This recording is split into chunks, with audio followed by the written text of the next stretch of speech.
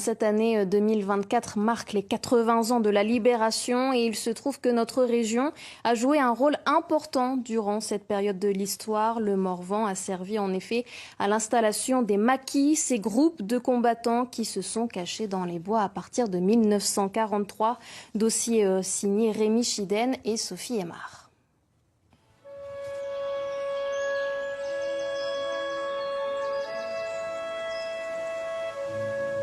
Au cœur du Morvan, les forêts abritent la mémoire d'une histoire enfouie. Ici, il y a 80 ans, se cachait le maquis Bernard. Aujourd'hui, il faut être attentif pour en distinguer les vestiges. Mais Aurore Calvaire sait interpréter ces quelques traces. On fait un trou à flanc du talus, on met des bâtons, des morceaux de bois et puis on se fait un toit qui sert donc de cabane, c'est très rudimentaire.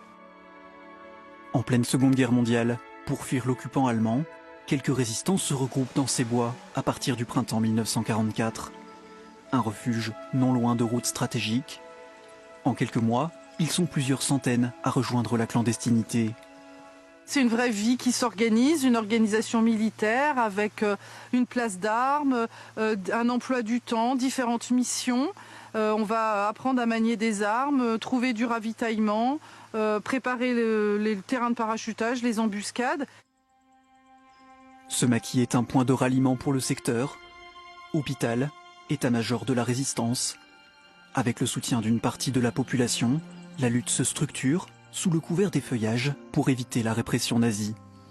Il y avait des petits avions qui survolaient les forêts du Morvan, mais les Allemands n'entraient pas dans les forêts sans savoir précisément où se trouvaient les maquisards et surtout combien il y avait d'hommes. Donc ici, ce maquis n'a pas été attaqué, mais d'autres maquis ont pu être attaqués suite à des dénonciations.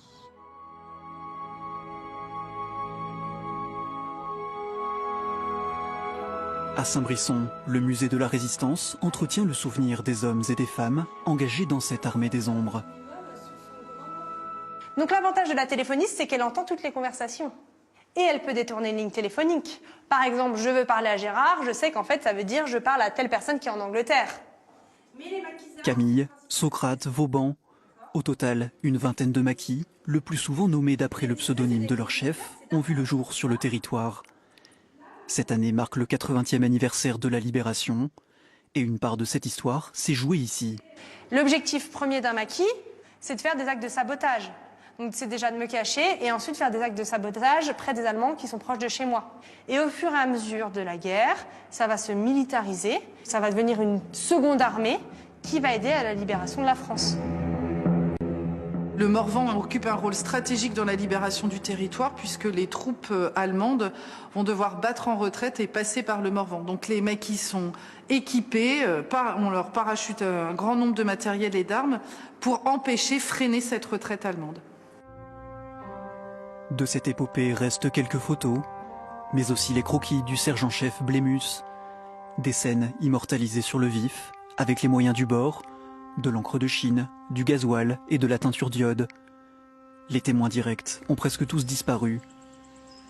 Alors pour transmettre cette mémoire, c'est aussi le dessin qu'ont choisi ces deux professeurs passionnés de cette époque. Une bande dessinée qui replonge le lecteur dans le quotidien des maquisards. L'idée, c'était de mettre en avant les maquis du Morvan qui étaient un peu délaissés dans les médias, en tout cas lors des commémorations par rapport à ceux plus connus du Vercors par exemple. Mettre en lumière ces maquis-là, cette histoire. Toutes ces forêts, pour moi qui aime beaucoup dessiner la nature, c'était vraiment une occasion de m'amuser, de m'éclater, tout en rendant hommage à la région, parce que pour moi, dans cette bande dessinée, un des personnages principaux, c'est le Morvan lui-même.